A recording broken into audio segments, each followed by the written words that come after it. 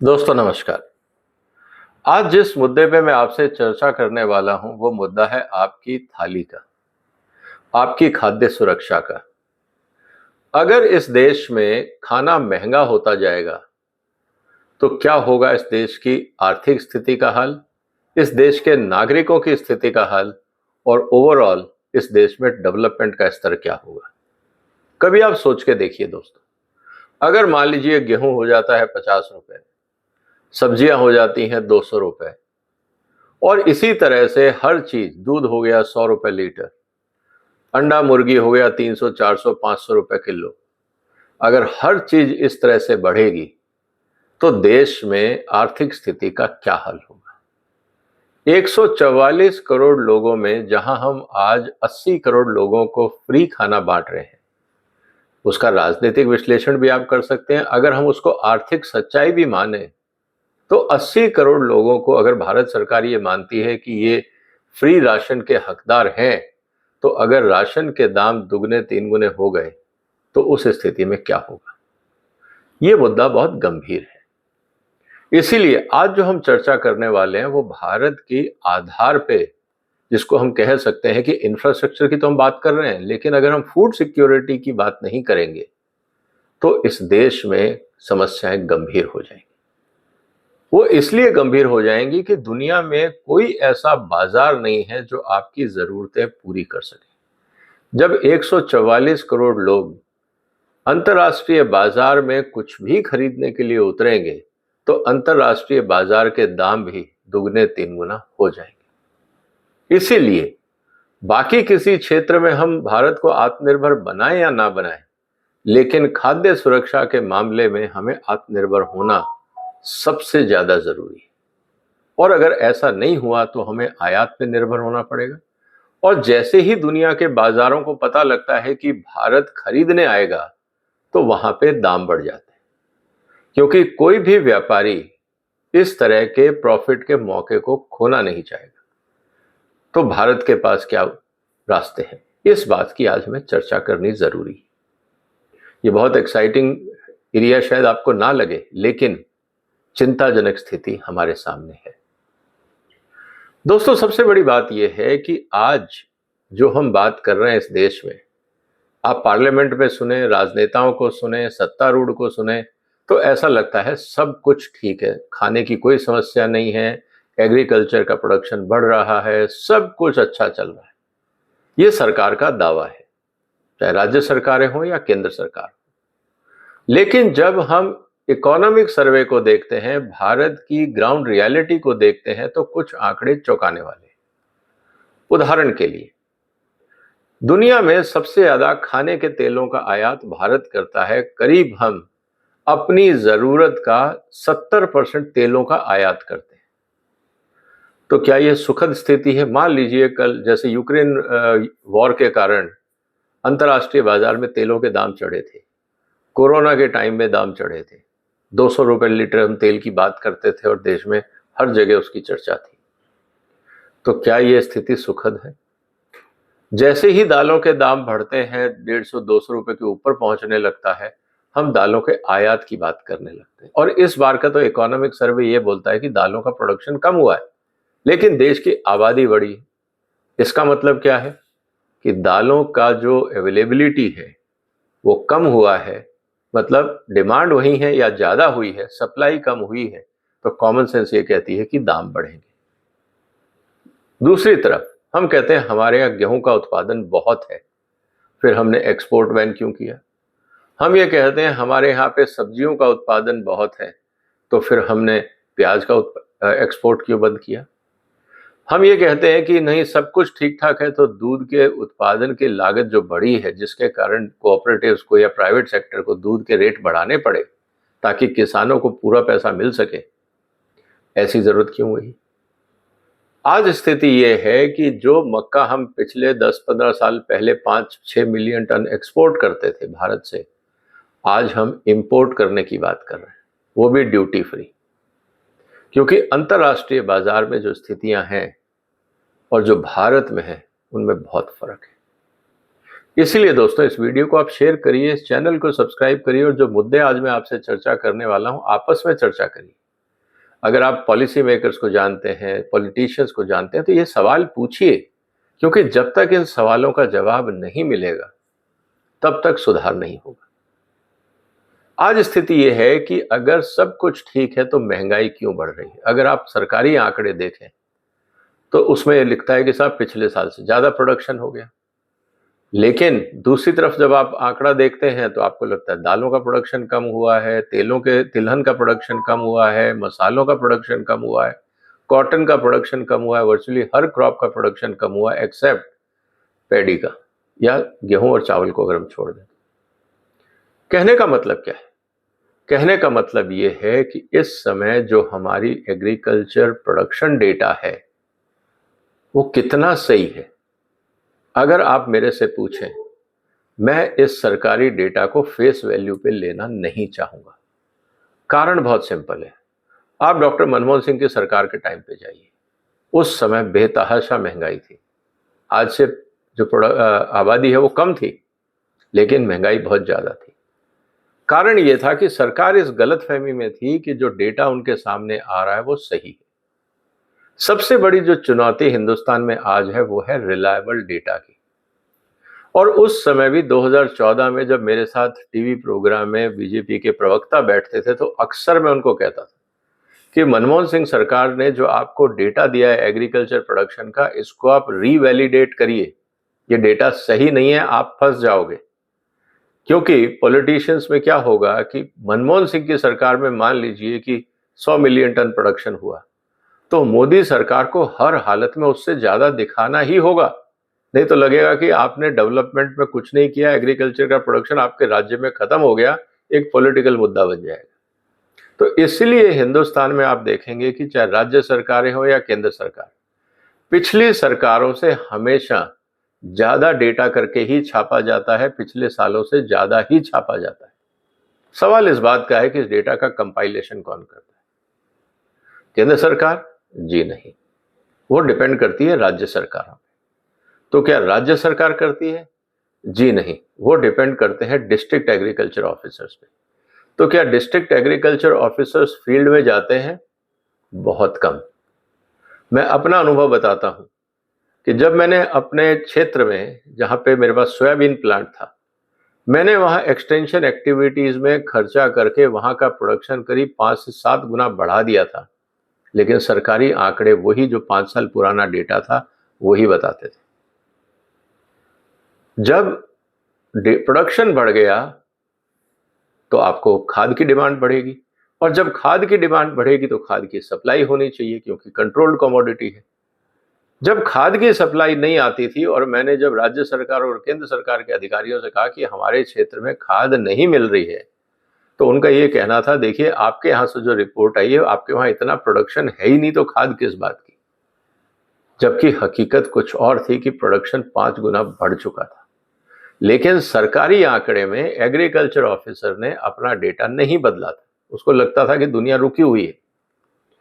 वो तो थी पॉजिटिव बात। दूसरी स्थिति यह है कि अगर आप लगातार जिस तरह से प्रोडक्शन बढ़ाने की बात कर रहे हैं अगर हो रहा है, तो फिर महंगाई क्यों बढ़ रही है? लेकिन एक आंकड़ा हमें और देखना होगा। देश में आबादी बढ़ी पिछले 20 साल में करीब 27%, लेकिन फूड प्रोडक्शन बढ़ा करीब 17%। तो 10% का गैप बहुत बड़ा होता है फूड में, क्योंकि जब व्यापारियों को पता लगता है कि डिमांड 100 की है और अवेलेबल 95 है, तो निश्चित रूप से दाम बढ़ेंगे। इवन 99 भी है तो दाम बढ़ेंगे, क्योंकि कोई भी आदमी भूखा मतलब सोना नहीं चाहेगा, किसी भी कीमत पर उसको खाना चाहिए, तो रेट बढ़ेंगे। कहने का मतलब ये कि क्या हमारा डेटा सही है, मैं इसको फेस वैल्यू पे नहीं लेता। अब भारत सरकार ये जो सार्वजनिक करे कि जो डेटा है उसको वो क्रॉस वेरीफाई कैसे करते हैं, क्योंकि जब इंडस्ट्री की मीटिंग्स होती हैं, सेमिनार कॉन्फ्रेंस होते हैं, तो इंडस्ट्री अपनी तरफ से आकलन करती है, क्योंकि उनको फैक्ट्री चलानी है, व्यापार करना है, उनको अपना कैश फ्लो मेंटेन करना है, रॉ मटेरियल का प्रोक्योरमेंट भी करना है, तो वो ज्यादा सजग है सरकार से। इंडस्ट्री के डेटा और सरकार के डेटा में हमेशा फर्क आता है, और इसी कारण से इसका असर पड़ता है हमारी जो पॉलिसी है उस पे।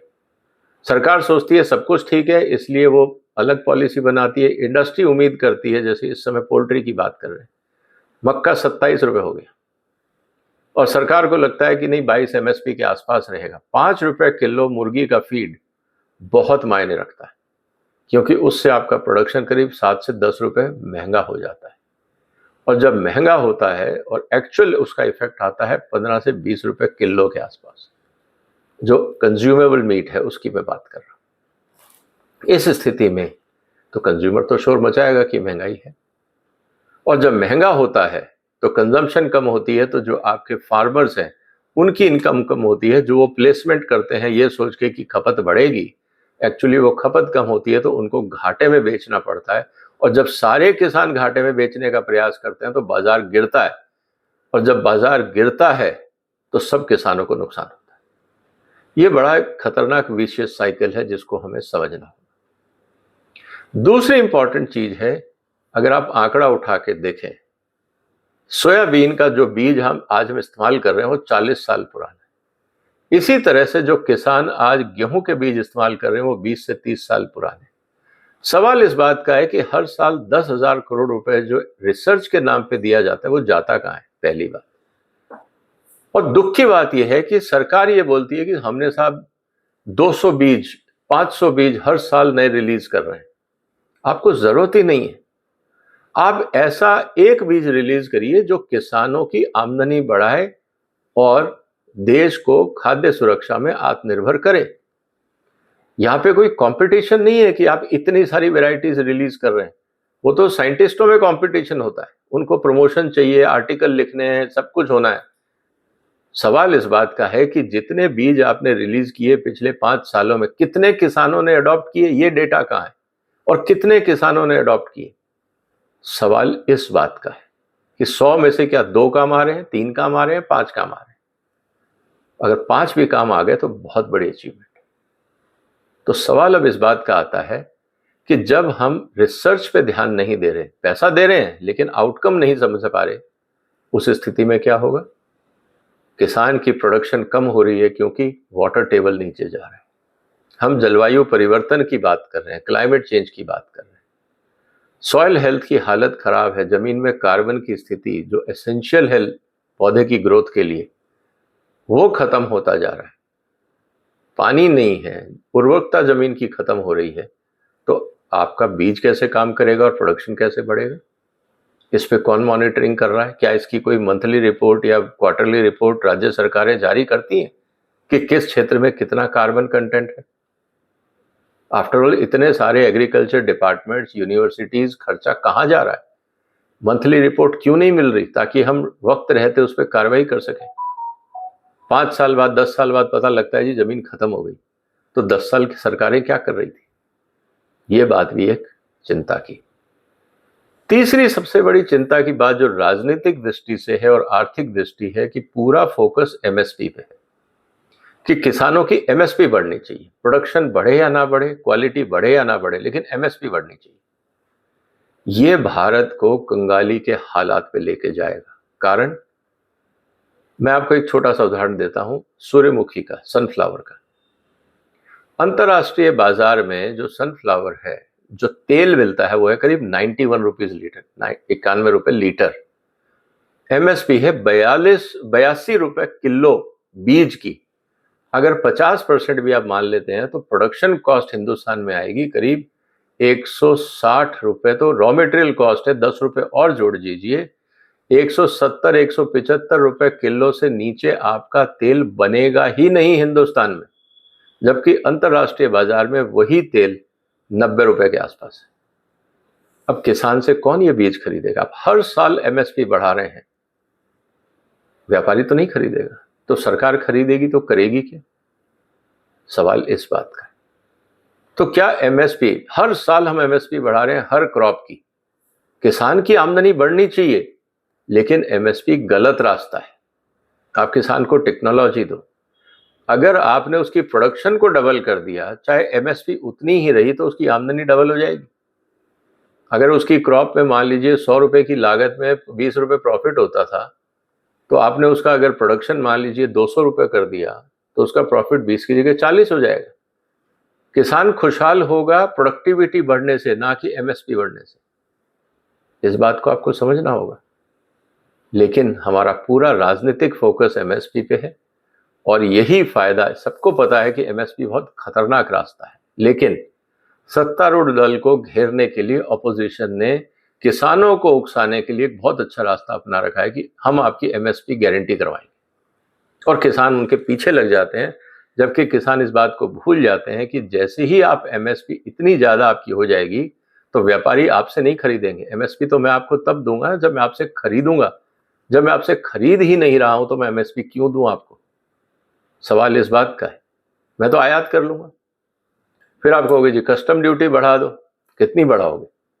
आज अंतर्राष्ट्रीय स्तर में मक्का करीब 14-15 रुपए है और भारत में 27 रुपए है। अगर आप 50% भी कस्टम ड्यूटी लगाते हो, 60 भी लगाते हो, फिर भी जो हमारे कोस्टल एरिया हैं, जो समुद्री तटों पे बसे हुए राज्य हैं, अगर वो आयात करके अपने मुर्गी फार्म्स को देते हैं तो वो सस्ता पड़ेगा।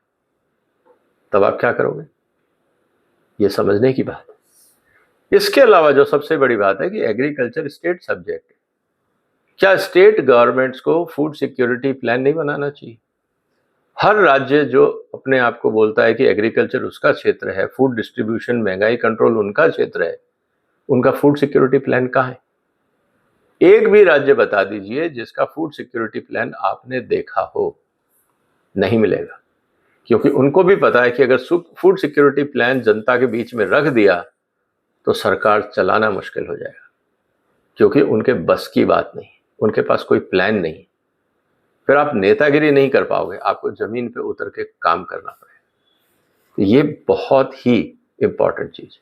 और जब हम फूड सिक्योरिटी की बात करते हैं तो एक चीज हम हमेशा भूल जाते हैं कि हिंदुस्तान में ह्यूमन आबादी के बराबर ही पशुओं की आबादी भी है। उनको भी चारा चाहिए, उनको भी फीड चाहिए। उसका प्लान क्या है? क्या एनिमल हस्बेंड्री मिनिस्ट्री ने एग्रीकल्चर मिनिस्ट्री के साथ मिलकर कोई फीड प्लान बनाया? कोई फीड एंड फॉडर प्लान देखा है आपने? मैंने तो नहीं देखा। हम ये बोल देते हैं जी सफिशिएंट मात्रा में है। अगर सफिशिएंट मात्रा में है तो हमारी गायें इतना कम दूध क्यों देती हैं? हमारे यहाँ जानवर इतने बीमार और कमजोर क्यों रहते हैं? आज कॉस्ट ऑफ प्रोडक्शन इतना ज्यादा क्यों है अगर सब कुछ ठीक है तो? अनफॉर्चुनेटली जब तक हर चीज को हम पॉलिटिकल चश्मे से देखेंगे तो आपको धुंधला ही दिखाई देगा। आपको नहीं पता लगेगा सामने क्या है, सच्चाई क्या है। और जब पता लगेगा बहुत देर हो चुकी होगी, तब आप एकदम एक्सीडेंट के कगार पे होंगे, रिकवरी बहुत मुश्किल होगी। तो दोस्तों, मेरा ये कहना है आपके माध्यम से प्रधानमंत्री जी को, कृषि मंत्री और फूड मिनिस्टर को और राज्य के सभी मुख्यमंत्रियों को, आप अपने अपने राज्य का फूड सिक्योरिटी प्लान बनाइए। फूड सिक्योरिटी एक्ट की बात मत करिए कि हम राशन दे रहे हैं, पीडीएस दे रहे हैं, वो एक्ट है। मैं प्लान की बात कर रहा हूँ कि आपके राज्य में कौन सी चीज की जरूरत कितनी है, कितना गेहूं, कितना चावल, कितनी सब्जियां, कितनी दाल, कितना तेल, कितनी चीनी वगैरह वगैरह। इनका एक प्लान तो बनाइए और फिर ये बनाइए कि उसमें से कितना आपके राज्य में प्रोडक्शन होगा और कितने आप बाकी राज्यों से या विदेश से आयात करेंगे। ये तो कोई प्लान बनाइए। अगर ये नहीं है तो सिर्फ ये कहना कि सब कुछ ठीक है, दोस्तों इस बात पे आप भरोसा मत करिए। ये भुलावे में रखने के लिए एक स्मोक स्क्रीन है। इसीलिए आज की चर्चा महत्वपूर्ण है। उम्मीद है इस गंभीर मुद्दे पे आपके भी विचार होंगे। आप अपने जवाब कमेंट बॉक्स में लिखिए। इस वीडियो को शेयर करिए, इस चैनल को सब्सक्राइब करिए। फिर मुलाकात होगी एक और महत्वपूर्ण मुद्दे के साथ। तब तक वंदे मातरम।